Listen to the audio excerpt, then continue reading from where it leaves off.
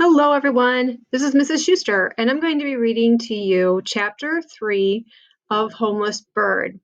And it's going to be broken into a few different sections so that if you decide to take a break, you'll be able to find where you left off a little bit more easily. So this first section, we will be reading for a couple pages. So it starts, in the morning, there was a great rush to get ready for the trip. Remember, they were going to Varanasi, to the Ganges River, so that Harry could go and be healed from whatever he has. He actually has tuberculosis. So, and I think that hopefully you learned a little bit about that in the vocabulary for Chapter 2. All right, back to this.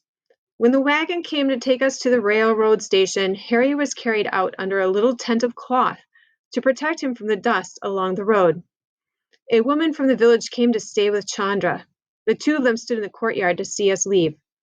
"I wish you were coming," I whispered to Chandra. She only shook her head. Her sad eyes seemed to say it was foolishness to expect such a thing. "When you return," she said, "I have only to touch you, and I will share in your darshan, your sight of the holy Ganges. That is all I ask." I kissed Chandra and said goodbye. For a moment I wished I might stay behind. I imagined the two of us sitting in the courtyard, chattering away under the mango tree, without Sass there to scold, and with no worries about Harry. As I was about to leave, Chandra said, "If something happens, see that Harry has a garland of marigolds from me." She turned and fled into the house. I shuddered as I realized what she meant. We had not even reached the railway station when I began to see that the journey was going to be very hard on Harry. The sun beat down on the tent, and the dust found its way through the floorboards of the wagon. The road was tough, and Harry's head wobbled on his neck like a flower too large for its stem. He complained about being hot and thirsty. Twice Sass gave him water, and still he could not stop coughing. The railway was even worse. All my pleasure in my first railway journey was lost over my worry about Harry. Along with a rush of other people, we squeezed onto the third-class coach. I felt the sharp pokes of elbows in my side, and the crush of other people's feet treading on my feet.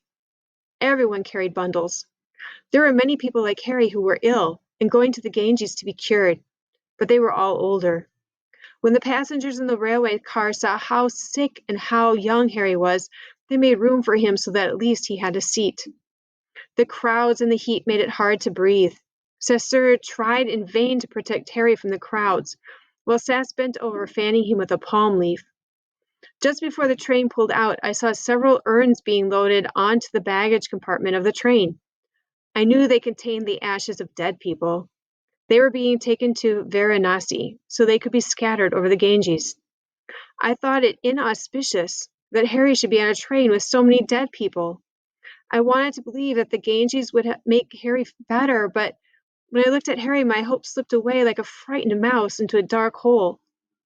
The journey took 4 hours. We had brought cooked rice and a melon to slice. Sass urged Harry to have some, but he would not eat. Much of the time he slept, which was a mercy, for he coughed less in his sleep. Once when I looked at Sass, I saw that tears were running down her cheeks. From the train window I watched as miles of flat land went speeding by. As we neared a village, the train slowed, came to a stop, and gave us all a good shake.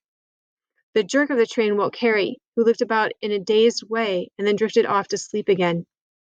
At every stop, new crowds pushed into the car to squeeze into what little space remained. Once when I looked out the window, I saw washerwomen stretching out lengths of saris to dry in the sun, long strips of yellow and pink and blue against the green fields. At one stop, I heard the name of a village called. I knew the place well. It was walking distance from my own village. It was all I could do to keep from jumping from the train and running down the dusty, familiar road to my home and my ma and bap and my brothers. They would have no idea I was so close. As much as I longed to see them, though, I knew that after all the sacrifices they had made for my dowry, I would shame them by returning home.